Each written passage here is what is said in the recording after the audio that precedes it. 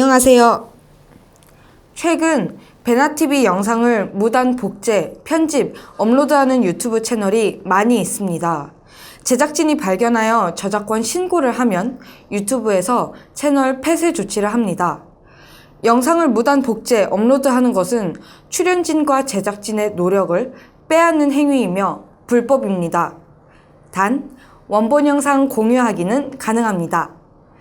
시청자 여러분, 제작진이 무단 업로드한 영상을 모두 찾기는 어렵습니다. 베나TV 영상이 다른 채널에 업로드된 경우 즉시 댓글, 제작진 이메일로 신고하여 주시기 바랍니다. 그리고 신고해 주셨던 분들 감사합니다.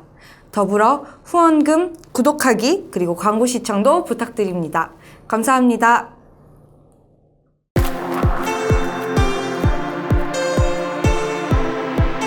이춘근의 국제정치입니다. 안녕하십니까? 네, 안녕하세요. 한 시청자분께서 베나TV 어느 나라에서 어떻게 보고 있느냐 궁금하다고 말씀하셔서 저희가 자료를 준비했습니다. 대한민국에서 시청하시는 비중은 약 79% 그리고 21%가 해외 시청분인데요. 저희가 그동안 개국한 지 3년이 됐습니다. 대한민국에서 571년 39일분을 시청을 해주셨습니다. 네. 2위 국가는 미국입니다. 네, 96년 81분이고요. 압도적으로 이춘근의 국제정치를 많이 봐주십니다. 랭킹 3위는 카나다입니다. 12년 98일분을 봐주셨습니다. 그 다음은 일본인데요. 일본은 7년 174일 분을 봐주셨고요. 호주도 5년 네, 5년 163일 분을 봐주셨습니다. 중국 같은 경우가 떨어지는 것은 중국은 현재 유튜브 시청이 금지가 돼 있고 여기 잡힌 통계는 IP를 우회해서 보는, 그러니까 중국 사람인지 IP를 우회해서 본다는 거고요. 소련이 있습니다. 이렇게 아프리카 각 나라 뭐 차드, 콩고, 잠비아, 보츠와나 모든 나라에서 저희를 보고 있는 것으로 확인이 되는데요. 아마 저희가 추정컨대는 북한 사람들이 이 아프리카 국가들을 통해서 저희 베나TV를 보고 있지 않나 이렇게 네, 추정을 합니다. 최근에 특이한 게 있습니다. 네. 북한에서 네, 1일 20시간분을 시청을 했습니다. 여기는 이것도 저 IP 우회로 보는 거겠죠, 그러니까 그렇습니다. 유튜브로 볼 수 있는 거예요? 그러니까 과거에는 다른 나라 서버를 통해서 우회해서 봤다면 이것은 대놓고 시청한다는 얘기인데요. 아마 북한 정보기관에서 보든가 아니면 북한의 고위급들이 고위 간부들이 베나TV를 시청하고 참고 자료로 삼고 있지 않나 하는 생각을 합니다. 그렇게 추정하는 근거가 있습니다. 압도적으로 이춘근의 국제정치와 말리마 종합보도를 북한에서는 많이 보고 있습니다. 정보가 필요한 모양이죠. 네. 그래서 이춘근의 국제정치도 대한민국 그리고 전 세계에 계신 저희 교포뿐 아니라 북한에 있는 고위 간부들에게도 정보를 전달한다는 심정, 각오 예. 그런 입장에서 프로그램을 제작하도록 하겠습니다. 네. 성원해 주셔서 감사합니다. 지난주 한국과 미국의 언론을 장식했던 뉴스는 칼빈슨 호의 항로의 예. 미스테리였습니다. 예, 칼빈슨 호가 원래 그 4월 9일 날 우리가 보도를 나오기는 호주를 향하기로 했는데 호주로 가지 말고 이제 한국 해역으로 가라라고 이제 그 명령을 받았다고 나왔었습니다. 그래서 이제 우리가 그 북한의 그 위기 상황 이거에 대처하기 위해서 이제 오는 거로 쳤는데 최근에 뭐 한 3, 4일 됐죠. 칼빈슨 호가 아직도 인도네시아 앞바다에 그냥 있더라라고 하고 지금 이제 한국 쪽으로 오는 거로 됐습니다. 네. 그래갖고 지금 예상이 지금 그 속도로 오게 되면은 4월 25일쯤 그 한국 해역에 들어올 거다 했는데 여기서 이제 우리나라 그 신문 보면은 뭐 미국이 서로 그 소통에 에러가 나거나 뭐 또는 그 트릭으로 북한을 골탕 먹이는 거로 그렇게 했을 거다라고 얘기를 하고 있는데 우리가 그 칼 빈슨 호가 한국으로 올 때 마치 이제 그것이 공격 작전에 쓰는 그런 군함이라고 생각을 하고서 이제 뭐 위기가 높아진다고 했는데 저는 그렇게 보진 않습니다. 칼 빈슨 호가 오는 거는 그는 칼 빈슨 호가 전쟁을 하러 오는 게 아니에요. 지금 미국이 북한에 대해서 뭐 공격 작전을 한다고 그러면은 저는 그 칼 빈슨 호는 첫 번째 맨 앞에서 선제 공격을 날리는 배는 아니라고 봅니다. 그 이제 나중에 전쟁이 만약에 커지면은 미국은 이제 큰 전쟁은 안 합니다. 전쟁을 아주 신속하게 짧게 빠르게 그렇게 하는데 그것을 억제하는 용어로 칼 빈슨이 오는 것이죠. 자기가 맨 앞장서서 나를 따르라고 오는 것은 아닙니다. 그래서 이제 그 무슨 정보가 틀렸다 이런 것은 아니고 그걸 틀릴 정도로 엉성하지 않습니다. 그리고 칼 빈슨 호가 지금 바다에 나와 있는 지가 석 달이 넘었습니다. 그러니까 1월 5일 날 샌디에고 그러니까 거기 있는 그 선원 한 6천 명은 지금 땅을 못 밟은 지가 벌써 한 4개월 돼가는 것이죠. 그러니까 물론 이제 이 정착지에서 잠깐 내려갔다 올라올 수는 있지만 또 모항은 아니니까 지금 이걸 보면서 저는 다른 의미로 이제 이 사건을 해석하고 싶은 거가 지금 북한은 거의 진이 빠질 거다는 그런 얘기입니다. 지금 우리가 한국하고 미국하고 이 3월 달마다 훈련을 할 때 북한 병사들이 신발도 못 벗습니다. 그냥 초비상에 걸리고 나라가 그래가지고 병사들이 이제 잘 때도 배낭을 뒤에다 이렇게 걸고 그리고 누워서 자지도 못해요. 새우잠 자는 거네요. 새우잠 자고 신발도 다 신은 채로 그렇게 이 어려운 그런 상황인데 그 상황을 미국이 가능한 한 이제 길게 늘리고 있는 그런 모습이라고 볼 수가 있습니다. 그래서 칼 빈슨 호 물론 저 군함 속은 제가 이제 칼 빈슨 호가 아니라 저는 조지 워싱턴을 타봤는데 그 속은 거의 호텔 수준이에요. 그러니까 뭐 사는데 불편함이 없습니다. 그럼에도 불구하고 아무리 축구장이 3개짜리라 하더라도 그거는 갇혀 있는 공간이거든요. 저 사람들도 이제 엄청나게 피곤할 텐데 뭐 그런 의미 다 고려해가지고 미국이 이제 작전을 할 거라고 봅니다. 네. 최근에 북한이 실험한 미사일들이 빈번하게 실패하고 있습니다. 이것이 과연 미국의 교란 작전 레프트 오브 런치에 의한 결과냐? 미국 당국자는 노 코멘트라고 답했습니다. 그렇죠. 지금 미국이 북한하고 작전을 저는 하고 있다고 봅니다. 군사 작전을 하고 있는 중인데 지금 뭐 하느냐 그러는데 그 데이터를 잠깐 보겠습니다. 김정은이 지금 지난 집권 5년 동안에 미사일을 50발 발사했습니다. 4월 19일까지. 그리고 2017년 2월 12일, 그러니까 2017년에 2월 12일은 트럼프가 대통령 이제 취임한 다음에 첫 번째 거죠. 그래서 이제 첫 번째 쐈다는 것이 아주 의미 있는 겁니다. 그러니까 트럼프한테 뭐라고 그럴까요? 우리말로 그냥 속말로 하면 너 엿먹어라 그런 겁니다. 2월 12일 날 했고, 그 다음에 3월 6일 날, 우리나라 텔레비에 제일 자주 나오는 거가 4발 중에 이렇게 막 올라가는 거 텔레비에 나오죠. 그거를 3월 6일 날 했고 그리고 3월 22일 날 원산에서 한나 발사했고 4월 5일 날 신포에서 발사했습니다. 4월 5일 날 신포에서 발사했을 때 미국 외무부에서 미국 국무부에서 더 이상 할 말이 없다. 이미 말을 다 했기 때문에 라고 얘기한 것이 그렇죠. 그리고 그 다음에 4월 16일 날 펜스 부통령이 왔을 때 이제 맨 처음에 모른다고 그랬는데 중거리 미사일로 지금 밝혀지기 있습니다. 그런데 지금 가까운 거로 3번 4월 16일 거, 4월 5일 거, 3월 22일 거가 연장 다 실패입니다. 4월 16일 거는 그러니까 발사된 지 4초 내지 5초 만에 터져버렸습니다. 폭발, 공중 폭발했다고 보도가 됐습니다. 그리고 4월 5일 거는 60km 가다가 이제 추락한 것이죠. 그리고 3월 22일 거도 올라가자마자 폭발했다. 그래갖고 한국에서는 뭐 별로 이렇게 많이 나오지 않는데 미국에서는 그 텔레비 기자들이 큰 방송국 기자들이 미국 그 고위급 간부들한테 뭐냐라고 물어봅니다. 북한이 사실은 미사일을 그렇게 엉터리로 만드는 나라는 아닙니다. 북한이 핵폭탄보다는 미사일을 더 잘 만드는 거로 돼 있어가지고 핵폭탄은 파키스탄 기술을 얻어쓰고 파키스탄은 북한의 미사일을 얻어쓰고 그래서 파키스탄의 가우리 미사일이 북한제입니다.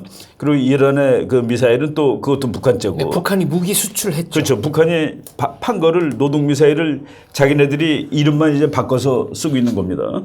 그런데 이것이 지난 3번 계속 다 폭파하는 것을 보고 그 미국 기자가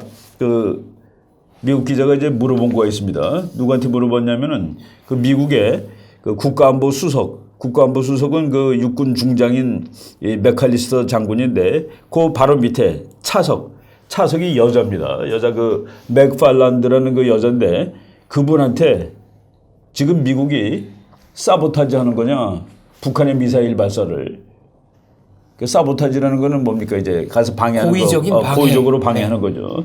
사보타지 하는 거냐 사이버 사보타지라고 이렇게 그 기사로 나옵니다. 사이버 사보타지 했냐 그랬더니 그 맥팔란드라는 그러니까 국가안보 수석의 바로 밑에 부수석이라고 그러면 되겠나요? 예, 그 사람이 우리 그 비밀의 그 정보 보고 이런 거가 다 있는데 그걸 우리가 다 말해줄 수는 없는 거다. 아니다라고 얘기하지 않았습니다. 노 코멘트 하겠다라고 얘기를 하고 우리가 모든 것을 다 말해줄 수 있는 것은 아니지 않느냐라고 얘기했는데 이게 지금 그 사이버라면은 북한의 미사일 발사하는 그 컴퓨터에 미국이 접근해 있다는 그런 얘기가 됩니다. 또는 날아가는 것을 쏴서 맞췄을 수도 있습니다. 레이저 요격. 같은 거로 요격한 거죠. 그리고 또는 요새 기술로 거기 뭐 회로가 많은데 회로를 망가뜨려 가지고 가다가 이제 제대로 못 날게 하는 방법, 오작동하게 하는 방법 이런 것들을 다 쓰고 있다 그래 가지고 미국 뉴스에는 아예 지금 미국이 그 작전을 하는 거로 지금 나와 있습니다. 그러니까 미국은 이미 군사 작전을 하고 있는 거예요. 날아가는 것을 못 날아가게 하니까. 근데 이 얘기는 벌써 몇 년 전에도 이런 경고를 한 적이 있었는데 이번에는 직접 하고 있고 그리고 뉴스에 이렇게 나옵니다. 제가 그 미국 신문을 이제 딴 건데 영어 제목이 United States fully prepared to shoot down North Korea's test missiles.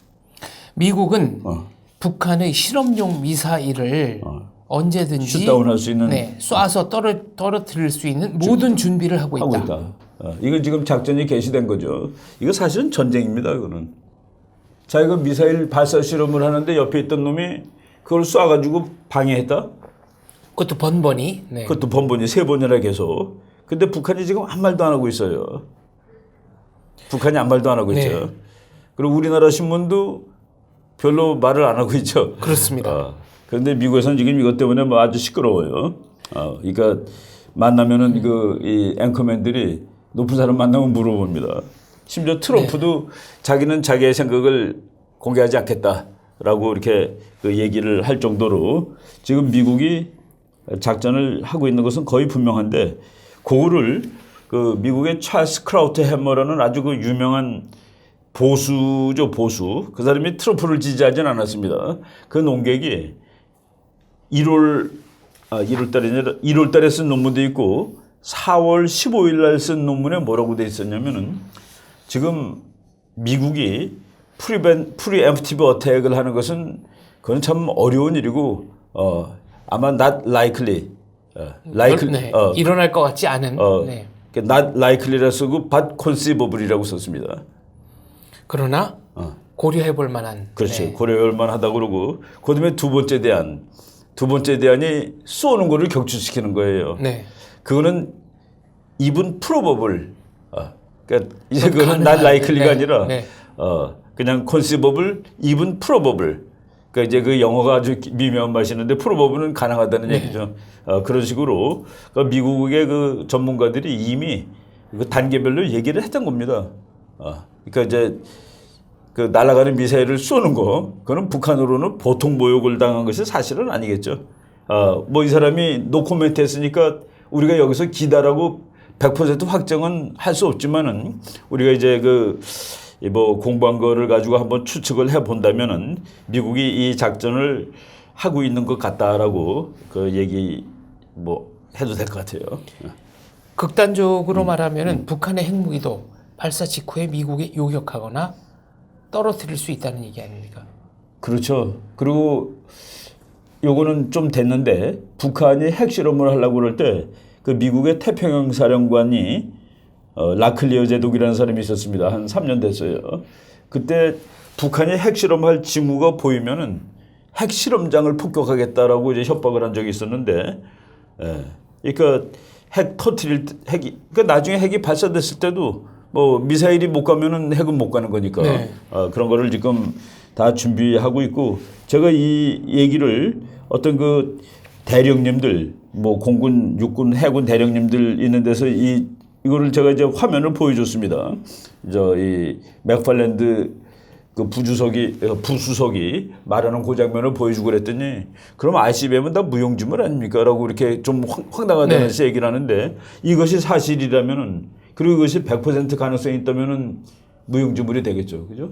날아가는 거 다 맞히니까. 그렇죠. 네. 그래서 발사하자마자 터지는 그렇죠. 거니까요. 요 이제 제일 최근 거는 펜스 부통령 왔을 때 쐈던 거는 4초 만에 터진 겁니다. 그러니까 4초 만에 터졌는데 미국은 그러니까 4초 동안 먼지를 봤겠죠. 그러니까 우리나라에서는 이 미사일이 먼지를 발표하지 않았는데 미국이 그냥 그 중거리 미사일이라고 이렇게 나중에 발표를 했습니다. 놀라운 일이 벌어지고 있죠 지금. 혁신적인 기술이네요. 2017년 4월 20일, 21일, 22일자 미국 신문에는 북한이 함경북도 풍계리에서 핵실험을 준비하는 징후가 보인다. 그렇죠. 이런 기사가 났습니다. 예.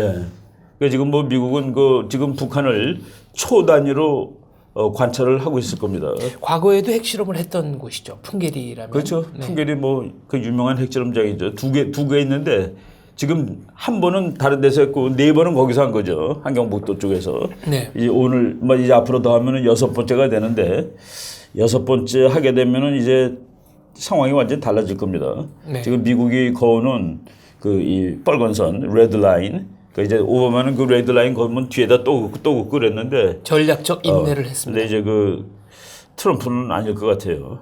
아닙니다. 트위터로 유권자들과 직접 소통하는 트럼프 대통령은 최근에 중국에 대해서 아주 강력하고 분명한 트윗을 하나 날렸습니다. 제가 트럼프 트위터를 이제 나오는 것마다 매일 보는데, 하여간 중국하고 북한이 붙어서 나오는 거 글자 140자네요. 네. 중국하고 북한이 붙어서 계속 3번 나왔습니다. 지난 한여름 사이에. 그러고서 4월 16일 날 거는 뭐라고 나왔냐면은, 지금 미국은 군사력을 엄청나게 늘리고 있고 그리고 군사력이 점점 강해지고 있다 그러놓고, 그 맨 마지막 거긴 중국이라는 단어가 없어요. 마지막에는 솔직히 말해서 이것밖에는 다른 대안이 없는 것 아니야? 라고 썼습니다. 근데 그걸 이제 북한이라는 어떤 특별한 얘기는 하지 않았는데, 지금 미국은 군사력을 아주 막 빠른 속도로 늘리고 있다. 그 앞에 며칠은 전부 이 북한 중국 얘기를 하고 중국이 도와주면 좋다 했는데, 제일 최근 거 지금 우리 오늘 22일 촬영하는 건데 10시간도 한 10시간 됐나? 나온 지? 네. 거기에 이렇게 돼 있습니다. China is very much the economic lifeline to North Korea. 그러니까 중국은 북한 경제에 대한 생명줄을 쥐고 있다. 그렇죠. 북한 So while nothing is easy, if they want to solve the North Korean problem, they will. 중국이 하려고 마음만 먹으면 할 수 뭐 있다. 얼마든지 할 수 있다. 이게 지금 독촉하는 거라는 생각이 듭니다. 중국은 북한의 경제적인 목줄을 쥐고 있다. 그래서 뭐 nothing is easy, 어떤 것도 쉬운 일은 없겠지만, 그렇지만은 만약 중국이 북한 문제를 solve, 해결하기를 원한다면은 they will, 그들은 할 수 있다. 이제 그 패턴을 잘 보면은 지금 상당히 이 압박을 가하고 있구나라고 이렇게 얘기할 수 있는데, 지금 그 작년 통계를 보면은 북한의 수출이 83%가 중국으로 가고, 그래도 다른 데는 17% 가는 모양이에요. 네. 그리고 수입은 85%가 중국입니다. 그러니까 중국이, 근데 이제 여기서 제일 중요한 거는 석유가 100% 중국이라고 보면 됩니다. 그러니까 석유를 끊어놓으면은 북한은 뭐 그냥 거의 사망이죠. 혈액이 혈액 순환이 안 되는 그런 상황입니다. 그래서 지금 미국이 중국을 이제 압박을 하는데, 이제 여기서 그 딜레마가 있습니다. 중국도 딜레마가 있고 미국이 요구하는 거를 100% 들어줄 수 있느냐 없느냐가 나오는데, 중국이 과연 북한이 만약 그러다 죽어도 되느냐? 그러다 죽으면 어떡하냐. 이제 수술을 아주 심각한 수술을 해야 되는데 북한이 문제가 있기 때문에 그러다가 환자가 죽으면 환자가 죽어도 네. 괜찮냐? 중국은 그걸 할 수 있냐? 저는 그거를 못 한다고 봅니다. 그거를 중국이 못하기 때문에 도와준 거예요, 아직까지. 북한이 이뻐서가 아니라 저거는 그래도 살아있어 줘야 된다, 나한테는.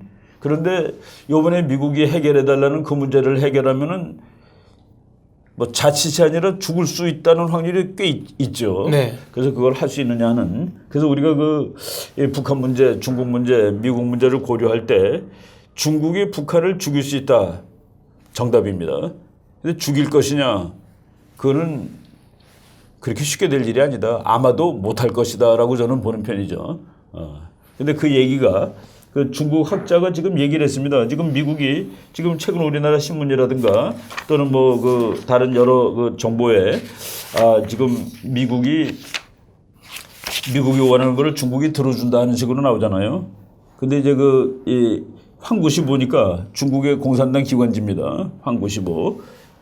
거기에 그 조세공, 우리말로 하면 조세공, 조조할 때 조자예요. 차오스궁이라고 읽는 학자인데 이 사람이 중국이 북한을 포기한다면 엄중한 피해를 볼 것이다 라는 제목이 그래서 최근 중국 내에서 북한 붕괴론을 넘어 북한을 포기해야 한다는 정서가 급격히 증가하고 있다. 이런 발상은 중국과 북한의 우호관계 발전 역사와 장기적인 전략적 가치를 무시하는 것이다 라고 얘기하면서 북한 포기론을 강력히 비판했다 나왔습니다. 그리고 이 사람은 중국이 북한을 포기한다면 양국은 우호관계에서 적대관계로 변하게 되고 서로 우호적인 이웃국가와 안전한 국경을 잃게 된다. 안전한 국경. 이게 6.25 때 중국의 참전 논리죠. 더 나아가서는 동북아 전략의 균형을 상실하게 된다. 미국하고 균형을 하는데 북한이라도 들고 있기 때문에 중국이 미국과 균형을 유지할 수 있다는 이거 아주 완전히 국제정치 원칙을 얘기하는 겁니다. 그는 북한이 전략적 완충지로서 장기적인 전략적 가치가 있다. 불가피하게 북한을 제재하더라도 절대 북한을 포기하거나 북한이 붕괴하도록 내버려둬서는 안 된다. 그런데 여기서 핵 문제 해결은 북한 붕괴하고 직결된다는 그 포인트를 우리가 알아야 됩니다. 지금 북한이 오로지 이거 가지고 살겠다고 그랬는데 그것을 뺏어버리면은 김정은의 존재 자체가 이제 문제가 되는 네. 것이죠. 최근에 한국 국민들이 격분하는 사건이 있었습니다. 역시 트위터 대통령의 트위터인데요. 그렇죠, 그렇죠. 시진핑 주석이 정상회담 도중 한국은 역사적으로 중국의 일부였다고 중국입니다. 발언했다. 이게 네. 트위터 대통령의 실수냐 고의적인 정보 유출이냐를 놓고 말이 많았습니다.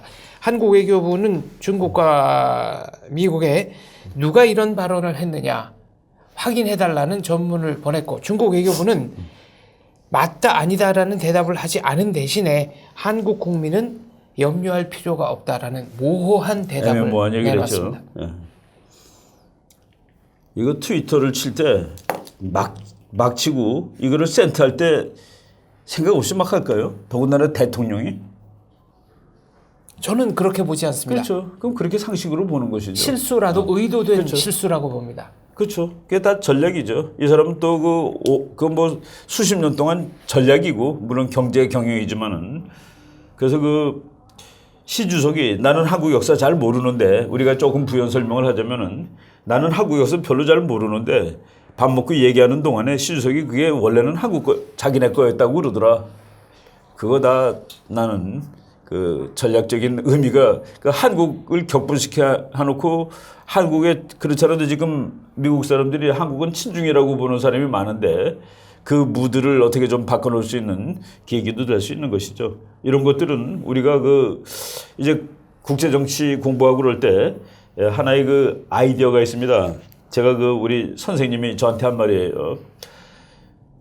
너가 이제 북한에 대해서 분석할 때 네가 북한의 그러니까 원수, 지도자. 네. 국가 지도자, 우리 학자니까 네. 지도자를 보좌하는 그리고 네가 북한을 사랑하는 북한의 애국자로서 어떻게 할 거냐를 생각하고 글을 쓰라는 거예요. 그러니까 그 입장에 서서 한번 그 입장에 서서 분석을 해보라는 그 얘기입니다. 그러니까 우리가 이제 한국 사람으로 우리는 우리 국가 안보가 이제 우리의 제일 중요한 목표죠. 그거를 외국 거를 분석할 때는 그 사람의 입장에서 한번 해보라고. 그러면서 우리 교수님이 북한을 사랑하는 북한이 이기도록 하는 그런 전략가의 입장에서 북한은 이렇게 할 거다라고 예측하는 것이 제일 바른 예측이 된다라고 이렇게 말했는데 트럼프 이 사람이 뭐 이렇게 그냥 막 헛소리로 더군다나 이거는 그 아주 지금 위기 상황에서 그렇게 할 리가 없다고 봅니다. 우리 그런 얘기 있었잖아요. 그 미국이 폭격하다가 잘못해갖고 중국 대사관을 폭격했다. 네, 세르비아에서. 그래서 미국이 사과했다 그러는데 뭐 공식적으로 그렇지만은 저희들이 비공식적으로 알고 있기는 의도된 폭격이고 그 세르비아 대사관 그 중국 대사관 거기서 그 세르비아 부대 통신 부대가 그렇죠. 통신을 통신부대가 다 날렸다는 거기서 것이 통신하고 있는 걸 정설입니다. 보고 가서 공격을 한 것이죠. 그래서 우리가 국제정치에 신문에 나오는 이야기 그 뒤에 있는 이야기 물론 음모론이면 안 됩니다만은 신문에 나오는 얘기가 다 꼭 맞는 것은 아니다라고 봐도 됩니다. 중국에서 그 당시에 관제 데모로 의심되는 어마어마한 군중 시위가 있었습니다. 그렇죠. 데모 많이 하고 그랬죠. 네, 미국이 그렇다면 진실을 공개하겠다. 누가 국제법을 위반했는지 보자라고 언명한 이후 시위가 사라졌습니다. 없어지죠. 네. 트럼프 대통령이 이탈리아 수상과 회견하다가 특이한 움직임이 있다. 북한 관련한 비밀이 있는 것처럼 얘기해서 그 지금 뭐 언론이, 특이한 움직임이 있다라는 얘기가 지금 우리 뭐 그 언론 보도에는 중국이 뭐 폭격기도 뜨고 중국 군사력이 압록강 부근 중국 거기로 뭐 가고 뭐 그런 것들이 나오는데 그리고 러시아도 심지어는 러시아군이 이동했다라는 거 나오는데 이거가 그 국제정치에서 그냥 상식적으로 일어나는 일입니다. 예를 들어서 미국 군사력이 A 지점으로 간다 그러면은 중국 군사력이 그 A 지점 부근에 오는 겁니다. 그리고 러시아도 이쪽으로 오고 그거는 항상 그렇게 따로 움직이는 거예요. 그래서 그것이 전혀 안 그랬는데 요번에 그렇다라고 하기에는 좀 그렇다고 봅니다. 저는. 훈련 때마다 그렇죠. 훈련 때마다. 훈련 때마다 그러나 있었던 일이다. 심지어는 그 요 한 몇 년 됐어요. 그 중국 해군이 동해바다 그러니까 우리나라 대한해협을 거쳐서 동해바다로 해가지고 블라디보스토크 앞에서 러시아 해군하고 합동훈련 사상 최대의 훈련을 했습니다. 그때 일본과 미국이 그냥 훈련을 급조해서 그 옆에서 같이 했습니다. 바로 옆에서. 그러니까 뭐 600km 옆에서 했다니까 비행기가 600km 가서 서로 부딪히는 데는 몇 분 걸리겠습니까? 그죠? 거기서 같이 비슷한 규모의 훈련하고 그러는데 그래서 지금 여기 칼빈슨 호가 지금 오고 있는데 와서 이제 제주도 앞으로 오겠죠. 동해로 들어갈 거냐 서해로 들어갈 거냐 완전히 의미가 다릅니다. 그게 서해로 들어가면 중국은 초비상에 걸립니다. 칼빈슨이 서해로 들어갔다? 이건 뭐 도무지 뭐 펄펄 뛸 일이 되는 것이죠. 거기는 한국과 중국밖에는 이해관계가 걸려 있지 않은 바다니까요. 물론 북한도 있습니다만. 그 미국 항공모함이 드문드문 서해로 들어가는데 들어갈 때마다 중국은 뭐 펄펄 찐다고 보면 됩니다. 그냥 말로. 그리고 심지어는 막 미국 해군이 항공모함 함대가 가는데 중국 군함들이 쭉 따라오고 그리고 막 총 쏘는 폼도 잡고 그래요. 전번에 맨 처음에 들어갔을 때 그때 이제 94년도에 처음으로 미국이 사실은 들어갔습니다. 서해 바다에. 그때 중국이 너무나 분해가지고 다음번에 오면은 실탄 사격하겠다고 그랬는데 그 위에도 미국 항공모함은 여러 번 들어갔습니다. 실탄은 쏘지 않았고 그런 일들이 있어요. 네. 경제 지표가 모든 것을 말해주는 것은 아닙니다만 매우 중요한 시사점을 던져주는 경우는 꽤 됩니다. 한국의 대중 투자액이 매우 감소하고 있다는 통계가 나왔습니다. 지금 우리나라 중국 사람들이 우리나라에 이제 관광 안 오고 사드 때문에 한국 사람도 중국에 관광 안 갑니다. 네. 불안해서 못 간다는 분들이 많습니다. 뭐 불안해서도 안 가고 하여간 뭐 가서 지금 뭐 한국 사람하고 걔는 들어오지 말라는 간판도 있다니 거기 뭐 하러 가겠습니까 지금. 돈 쓰고 시간 들여서 가는 건데 푸대접 받으려고 일부러 그런 데를 찾아가지는 않습니다. 그렇죠. 그래서 지금 중국이 사드 가지고 경제 뭐 전쟁까지는 아닌데 사드 문제를 가지고 경제 보복을 한다. 이런 것은 결국은 자기가 더 아프다고 우리가 방송에 했었잖아요. 그죠? 그리고 진짜 경제 전쟁을 한국하고 본격적으로 하면은 한국이 이깁니다. 한국이 갑이에요. 진짜 하면은. 근데 이제 무슨 이제 이 최근 신문에 나온 겁니다.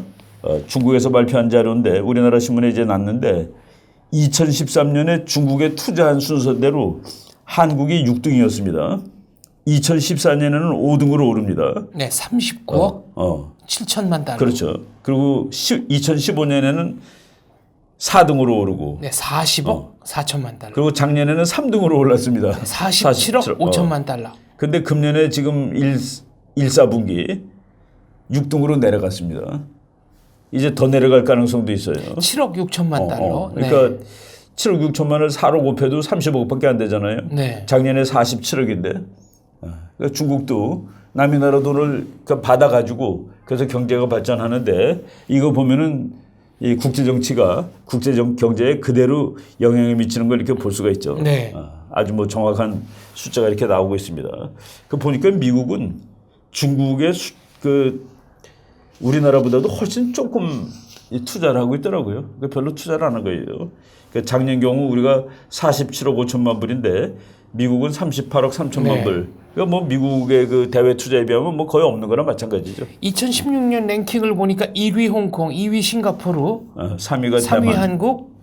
네, 2016년. 2016년. 그렇죠. 그렇죠. 네, 4위가 미국, 4위가 미국이고 5위가 대만, 6위가 마카오, 7위가 일본. 그러니까 거의 다 뭐 홍콩이나 마카오는 우리 중요한 의미가 그 해외 투자, 경제력 이런 걸 보면 미국, 일본 아닙니까?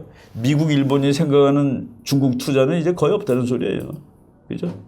최근에 국제경제 전문가들은 중국 경제 문제가 심각하지만 그중에서 한계 수익률이 떨어졌기 때문에 자본이 더 이상 중국으로 몰려가지 않을 거다. 그러니까 과거에는 1억 달러를 넣으면 1억 달러 수익을 기대할 수 있었지만 그게 지금은 안 된다, 그죠? 4분의 1 정도로 떨어졌다라는 겁니다. 그렇죠. 지금 중국 경제, 중국이 이제 뭐 정확히 발표를 안 하는 것 같은데 제가 우리 여기서 했어요. 작년에 중국이 7%라고 발표했을 때 미국 월스트리트 저널이 미국 기자들, 경제학자들, 경제 전문가들 49명한테 전화를 걸어가지고 지금 중국이 7%라고 발표했는데 맞냐 그러는데 단 한 사람도 맞다고 그러지 않았습니다. 그리고 우리가 이제 그 전번에 또 말씀드렸습니다마는 2016년, 2015년 그 두 해의 중국 GDP를 2017년 2월에 달러화 가격으로 계산해서 비교하면은 중국은 15년, 16년 동안에 1.88%밖에 증가를 못했습니다. GDP가. 우리가 알고 있는 정체기에 들어선 거네요. 1.88이면 정체기가 아니라 그거는 일본이 엉길 때. 네. 고도 성장은 아닙니다. 고도 성장이 아니라 이거는 뭐 거의 저성장. 이건 선진국들이 저성장하는 건데 작년에 미국은 2.9% 정도로 나옵니다. 그 2017년 화폐 가격으로 계산했을 때. 그러니까 중국의 실체가 뭔지에 대해서 우리가 좀 정확히 파악을 해야 되는데 경제가 지금 많이 어려운 거는 사실인 것 같아요. 네. 다시 북한 얘기로 돌아가 보겠습니다. 미국은 북폭에 나섭니까? 그거 요새 제가 그 논문을 3군데서 부탁을 해가지고 미국은 북폭을 할 것인가를 논문을 3개를 썼는데 3개를 똑같이 쓸 수가 없어서 무지하게 해먹었습니다. 그래도 같은 거를 3개 주면 안 되니까 상당히 애를 썼는데 여기 미국 육군 대장이 한 말 하나 읽어드릴게요. 우리나라는 미국이 북폭을 한다 하는 거를 미국과 북한이 전쟁을 시작한다고 하는데 그렇잖아요. 이거 폭스뉴스 2017년 4월 17일 겁니다. 리타이드 제너럴 잭 킨. 잭 킨이라는 이 사람은 은퇴한 지금 장성입니다. 74세쯤 된 장군이에요. 43년생인데 저 누구야 패트리어스랑 친구입니다. 패트리어스 대장하고 세드 말했다 이거. 여기 우리 장 박사가 한번 읽어보시죠. 네, China has the option to assassinate North Korean leader Kim Jong-un in order to halt the country's intercontinental nuclear threat. 황당한 일이죠. 중국은 북한의 리더인 김정은을 암살 암살하는 옵션을 가지고 있다. 무엇을 하기 위해 점증하는 대륙간 탄도 대륙간 탄도 미사일 위협을 없애기 위해.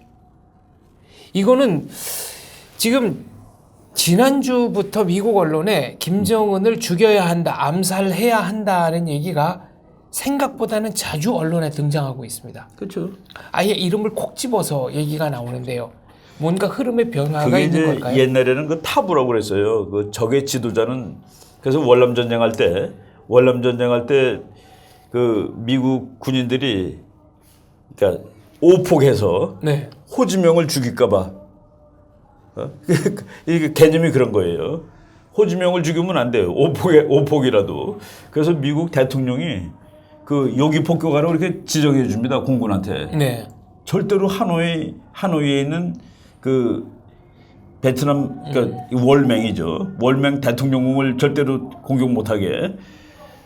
그거가 이제 하나의 그 적국의 지도자를 전쟁할 때 죽이는 거 타부가 됐는데 지금 그게 타부가 더 이상 아닙니다. 지금은 뭐 디캐피테이션, 아예 참수작전. 지금은 괜히 죄 없는 군인들하고 싸울 필요가 없다라는 얘기죠. 그러니까 후세인하고 싸우다 보니까 맨 처음에 후세인 군사력을 전부 미국이 뭐 탱크 몇 천대 네. 심지어는 공화국 수비대도 완전히 괴멸을 시켜놨는데 오히려 이라크 사람들은 후세인한테 계속 학대를 당하고 있고 화학무기로 죽고 있고 그래서 그 이후부터는 그 전략이 바뀝니다. 미국의 전략도 바뀌고 뭐 주로 미국 전략이죠. 그래가지고 이 독재자를 표적으로 삼아서 공격하는 그러니까 이런 얘기가 이제 폭스뉴스 방송에 이 얘기가 나온다는 건 뭐 얼마나 놀라운 일이에요. 중국이 하면 제일 쉽게 할 수 있다는 그 얘기지. 중국은 북한의 장거리 핵미사일 위협을 중지시키기 위해서 노스코리안 리더 김정은이를 어세시네이트하는 옵션을 가지고 있다. 암살하는 옵션을 그렇죠, 가지고 그렇죠. 있다. 중국이 김정은을 암살할 능력이 있다는 전제를 깔고 하는 얘기입니다. 그러니까 뭐 중국은 미국보다 훨씬 더 쉽게 할 수 있겠다는 그런 얘기겠죠. 뭐 물론 미국도 이 능력을 가지고 있죠. 지금 미국은 과학적인 능력이니까. 예, 그래서 앞에 그 말을 하고서 이제 그렇지만 이것은 그 참 타부고 외교적으로는 있을 수 없는 얘기다. 그렇지만 다시 보트 보세요. He said that if Kim was killed, it could result in a military or other type of coup that could produce a better leader. 그런데 만약 김정은이 살해당한다면 이것은 군부 혹은 다른 종류의 쿠데타를 불러올 수 있고 이것은 그러니까 쿠데타입니다. 쿠데타는 좀 더 나은 지도자, 좀 더 나은 지도자를 만들 수 있을 것이다. 그 이제 전쟁 양식이 바뀐 거예요. 지금 전쟁 양식이 미국이 전략을 새로 쓴 거가 걸프 전쟁 하고 나서부터입니다. 걸프 전쟁 하고 나서 그 아버지가 한 전쟁이 걸프 전쟁이에요. 41대 HW 부시가 그리고 아들이 43대 대통령 아들이 한 거는 이제 걸프 전쟁이라고 부르지 않죠. 그러니까 이라크 전쟁이라고 부릅니다.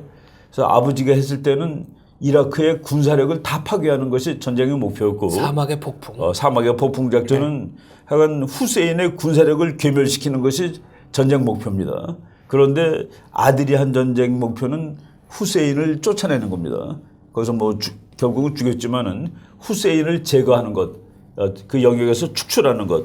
그래서 그 이후에 미국이 대부분의 미국의 한 전쟁 보면은 그 지도자에게 집중되어 있음을 알 수 있습니다. 알카이다 그리고 가다피, 알카이다 두목이 전 누구죠? 오사마 빈 라덴, 가다피 뭐 이런 그 개인을 표적으로 하는데 그렇다면은 논문의 결론 4편 쓰셨다고 했나요? 세 편 똑같은 네. 제목으로. 미국은 북폭에 나설 것인가? 3편의 결론은 어떻게 됩니까? 그래서 우리가 의미하는 뭐 우리가 그 영화에서 보는 폭격기들이 막 쫙 가서 하는 그건 아니에요. 그건 아닙니다. 그러나 참수작전이 일어날 그렇죠. 그러니까 가능성은 우리가 어떻게 뭐 보십니까? 무슨 그 만약 미국이 정말로 이제 작전을 한다고 그러면은 그것이 큰 전쟁으로 번지지 않을 당연하겠죠. 그 인구 밀도가 아주 높은 서울이 바로 북한 옆에 있는데 이 전체가 막 전쟁이 나고 중국도 들어와서 3차 대전까지 갈지도 모르는 그거 하겠습니까 미국이? 근데 이제 이 문제는 해결을 무조건 해야 되는데, 그러니까 김정은이 항복하고 뭐 핵을 이제 그만하겠다 그러면은 전쟁으로 당연히 안 가죠. 그런데 끝까지 뭐 6차 핵실험을 한다든가 또는 장거리 미사일을 쏘겠다고 갖다 거치를 한다든가 그러면은 뭐 미국 폭격기 B2가 뭐 20대가 가는 게 아니라 보이지 않는 그 드론이라든가 이런 것들이 가가지고 이제 또 특정한 표적을 그런 식으로 할 거라고 저는 봅니다. 지금 미국의 네. 전쟁 방식으로 봤을 때. 미국의 군사 전문가 그리고 한국의 사상가이자 소설가 복거일 선생님이 최근에 모두 비슷한 얘기를 해주셔서 제가 여쭤보겠습니다. 북한에서 나오고 있는 반응들을 보면 뭔가 북한 수뇌부 사이의 합리적 의사결정 체계가 붕괴된 것이 아닌가 이런 의심이 듭니다. 이게 독재 국가의 그 딜레마인데, 그러니까 자기가 이제 독재 국가는 보통 자기가 하는데 자기가 모든 걸 다 못하잖아요. 우리 그 전쟁론에서 정책 결정 과정 얘기할 때 했는데, 그래서 조직이 하는 겁니다. 근데 조직이 하는데 그 조직의 지도자가 철저한 그 전제군주와 같은 지도자면은 밑에 있는 사람들이 지도자가 기분 나쁜 말을 할 수가 없어요. 그러니까 뭐 그냥 각하께서라고 얘기를 해봅시다. 각하께서 저 녀석한테 질 리가 없습니다라고 얘기를 해주지. 각하 저 사람하고 싸우면 안 됩니다. 꾸르십시오라고 얘기를 못 한다는 겁니다. 구조적으로. 그러니까 옆에서 누가 얘기해 줄 사람이 있다 하더라도 지금 북한 체제 같은 데서는 그 김정은이 듣고 기분 나쁜 얘기를 과연 누가 용감하게 해줄 수가 있겠느냐. 각하는 이 세계 누구랑 싸워도 이깁니다라고 얘기해 주는 거죠. 트럼프 저거 웃기는 놈입니다라고 얘기를 해주는 게 더 안전하죠. 그래서 그런 시스템이 위험한 거예요. 그리고 또 하나, 제가 이제 이것도 그 며칠 전에 세미나가 아니라 우리 그 전문가들 모여서 그 회의를 했는데, 북한이 전쟁 준비를 한다. 전쟁 준비를 하려면 어떻게 해야 됩니까? 군인들한테 총알 나눠줘야 됩니다. 네. 병사들한테, 옆에 있는 장군들한테 다, 장군들 권총에다 총알 다 완전히 그 철컥 껴주는 거죠. 네, 언제든지 발사가 언제든지 쏠 수 있게. 가능하도록. 네. 그리고 병사들한테 총 몇백 발씩 줘야 되죠. 김정은이가 언제 전쟁이 일어날지가 이제 D-Hour라고 그러죠. D-Day, D-Hour. D-Day, H-Hour로 쓰죠. 근데 D-H가 이제 언제인지 모르는데 그게 열흘 남았는데 분명히 열흘 있다 전쟁 날 것 같으니까 지금 대비해야 되는데 군인들한테 총알을 줄까? 자기 바로 부대를 지키는 군인들한테 총알을 다 놓아줄 수 있을까? 나는 그것도 솔직히 의문입니다. 암살의 위협, 아사시네이션. 그 옛날에 저 이스라엘의 이제 이집트죠. 이집트 대통령이 물론 그 사람은 이렇게 아주 나쁜 대통령은 아닌데 퍼레이드 하는데 열병씩 하던 병사들이 쏴서 죽었습니다. 거기는 진짜 총을 들고 한 것이죠. 4월 15일 날 평양에서 수많은 군인들이 퍼레이드를 했는데 거기 총알 한 발이라도 든 총이 있었을까가 나는 의심입니다. 중국도 그렇고 우리나라도 옛날에 독재 시절 땐 그랬습니다. 네. 그래서 이제 그런 거가 그래서 독재 국가가 세 보이면서도 아주 허약한 거예요. 겉으로는 뭐 강력해 보이지만. 알겠습니다. 미국이 북폭을 하더라도 전쟁으로 번지지 않고 김정은 한 사람만 제거하거나. 그러니까 가장 이 피해를 덜 입히는 그런 덜 입히고 문제를 해결할 수 있는 방법을 찾는 게 전략의 기본이죠. 비유를 하자면 과거에는 심장 수술을 할 때 무조건 개복 수술을 해야 했지만 지금은 혈관을 통해서 스턴트를 삽입하는 뭐 그런다고 걸로 그러죠. 수술 자국도 거의 안 남는 그런 수술을 한다. 이렇게 비유를 해보겠습니다. 그리고 이 사건을 비유한 그 또 미국 학자가 재미있는 얘기를 했는데 로버트 리투왁이라는 학자가 있습니다. LITWAK. 여기 그 LUTTWAK라고 쓰는 러트왁이라는 정말 그 사람은 유명한 사람이에요. 그래서 러트왁하고 리투왁하고 이제 헷갈리는데 러트왁보다는 덜 유명한 학자지만은 그래도 미국의 아주 그 유명한 그 전략 이론가인데 이 사람이 North Korea is on the verge of nuclear breakout. That would be a game changer. 만약 북한이 핵을 만들면은 얘는 완전 게임 다 바뀐다 그죠? I called it a slow motion Cuban missile crisis. 자기는 지금 이 한반도 상황을 큐바 미사일 사건이 천천히 진행되고 있는 것이다. 큐바 미사일 사건은 케네디 대통령 때. 13일이었는데 정말 진했습니다. 3차 대전 나는 거로 각오하고 덤볐고 케네디 대통령이 직접 그랬으니까 핵전쟁이 날 확률은 반이다. 그렇지만 이거는 참을 수 없다라고 했는데 이게 이제 천천히 진행되고 있는 거다. 이거 지금 2월 13일부터라고 보시면 될 것 같아요. 네. 2월 13일이라고 보는 이유는 북한이 2월 12일 날 트럼프 대통령이 된 다음에 처음으로 미사일을 쐈고 그리고 2월 13일 날 트럼프는 북한 문제는 심각한 문제고 나는 강력하게 대처하겠다. 그러니까 그때부터 이제 크라이시스가 시작된 거죠. 네. 그리고 3월부터 이제 훈련하고 이게 지금 크라이시스가 오래 가는데 그러니까 북한은 정말 그 정신이 없을 겁니다, 솔직히. 알겠습니다. 평양 시민들을 소개했다는 얘기도 있고 아무튼 뭐 여러 가지 소문이 나오고 있습니다.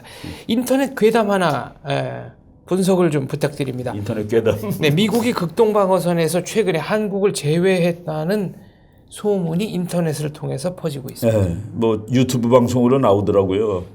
그래서 그 뭐 외국에 계신 분이 막 전화 걸어가지고 어떤 여자가 전화를 걸어서 미국이 극동방어선에서 한국을 뺐다. 그리고 지도에 보니까 한국은 빨간색으로 칠해져 있다. 일본은 초록색이고. 그거는 그 미국의 지금 오늘날의 대전략을 모르는 얘기입니다. 그러니까 극동방어선이라는 거는 미국이 자기랑 거의 맞먹는 적국이 있을 때 자기는 자본주의인데 공산주의라는 적국 소련이 있을 때 그거를 어떻게 해서라도 봉쇄하기 위해서 이제 미국이 하나의 전술 전략선으로 걷던 선인데 그것도 많은 사람들이 또 조금 오해하는 부분이 있습니다. 미국이 한국을 뺐으니까 한국을 너 가져가도 돼라고 이렇게 했다는 그런 의미로 이제 해석을 하는데 저 해석은 아닙니다. 저는 다르게 해석하는데 미국이 일본을 건드리면 이거는 죽어도 못 참아. 3차 대전이야. 라고 생각해서 여기는 죽어도 건드리지 말아라고 한 것이지 한국은 가져가라라고 한 것은 아니라고 봐야 된다는 그 얘기입니다. 그런데 지금은 미국의 패권국이 됐어요. 패권국이 됐는데 방위선이 왜 필요합니까? 세계를 다 자기가 장악하고 있는데. 그러니까 지금 미국의 전략에서 극동방어선이라는 용어가 있을 수가 없습니다. 존재가 안 되죠. 그러니까 극동방어선에서 한국을 뺐다는 것도 논리적으로 맞지가 않고 그리고 이제 중국이 이제 미국의 잠재적인 패권 도전국이 됐는데 그래서 미국은 중국 옆에 있는 모든 나라가 다 소중합니다.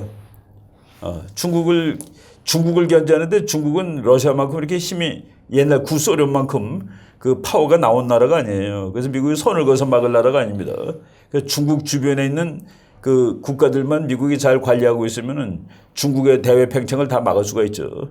근데 그 중에서도 제일 중요한 것 중에 하나가 한국인데 그리고 미국이 중국을 대상으로 한다면은 한국을 중국한테 주면은 중국을 아시아로 막 나오라고 풀어주는 거나 마찬가지인데 그거는 뭐 논리적으로 조금 좀 그냥 괴담이죠. 그래서 괴담이라고 저는 봅니다. 학술적으로 논리적으로 학술적으로가 안 맞고. 네.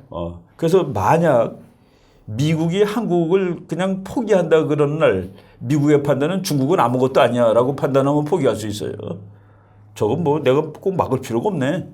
나한테는 멀었어 하는 날 이제 근데 우리는 그 중국이라도 미국이 보기에는 허약하더라도 우리한테는 엄청나죠. 그래서 우리는 이제 국가안보에 신경을 써야 되지만은 미국이 중국이 뭐 이렇게 문제가 있다. 미국한테 위협이 된다. 그리고 북한은 또 위협이다 하는 상황에서 그래서 펜스가 그랬죠.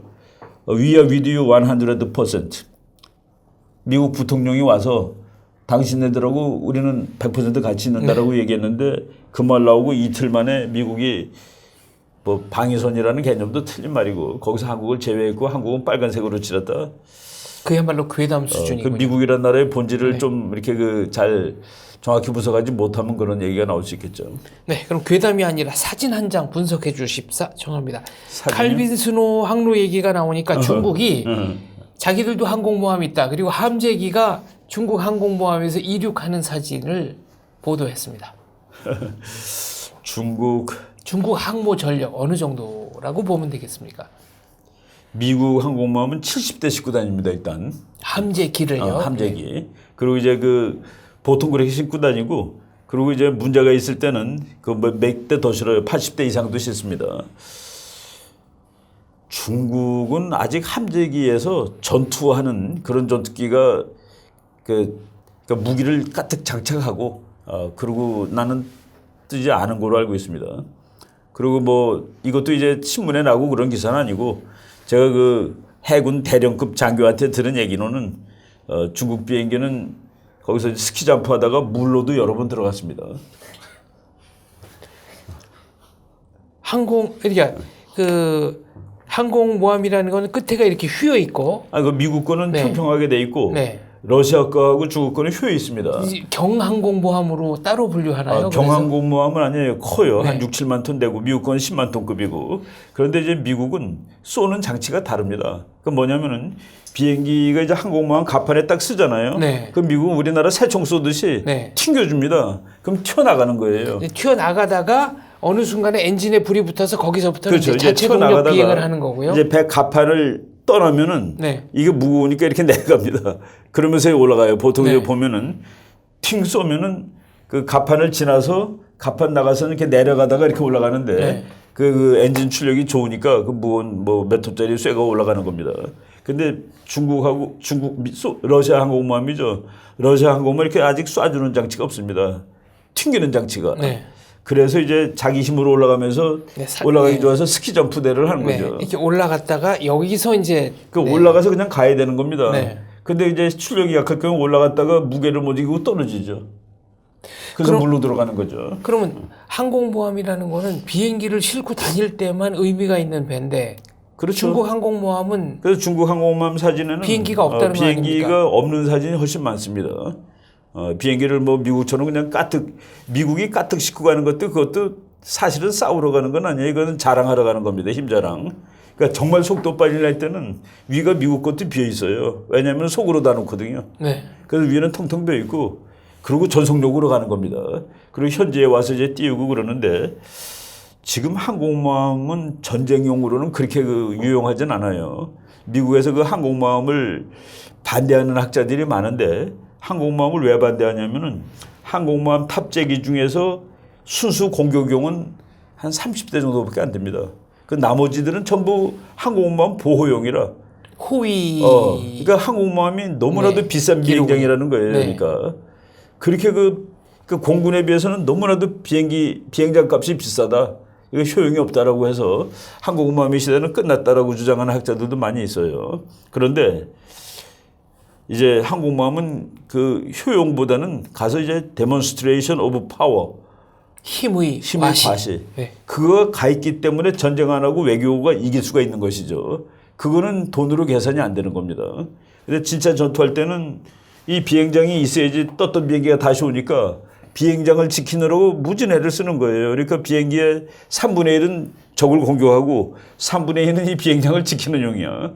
그래가지고 이 항공모함은 격침당하지 않습니다. 지금 현재 어느 적한테도. 네. 그렇지만 격침당하지 않기 위해서 너무나도 힘을 소비하는 거예요. 그래서 이 값에 공격력이 너무 약하다라는 게 미국의 이제 불만이죠. 미국 그 군사 전문가들의. 그런데 이제 뭐 그 미국 항공모함하고 맞짱 뜰 수 있는 항공모함은 세계에 지금 없습니다. 그럼 중국 항공모함은 군사적 허용입니까? 뭐 허용이라고 그러면 이제 앞으로 이제 만들려고 노력을 하겠죠. 그러니까 항공모함은 지금 가지고 있는 중국 항공모함은 아직은 실질적 의미에서 항공모함이 실질적으로 아니다라는 저는 뭐 말씀이시네요.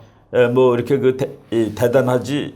그러니까 물론 우리 해군보다는 훨씬 대단한데 내가 말하는 거는 항공모함으로서 여기 와 있는 칼 빈슨이나 저 지금 일본에 있는 로널드 레이건이나 뭐 이런 거에 비했을 때는 이거는 그 대적이 안 된다라고 보는 것이죠. 알겠습니다.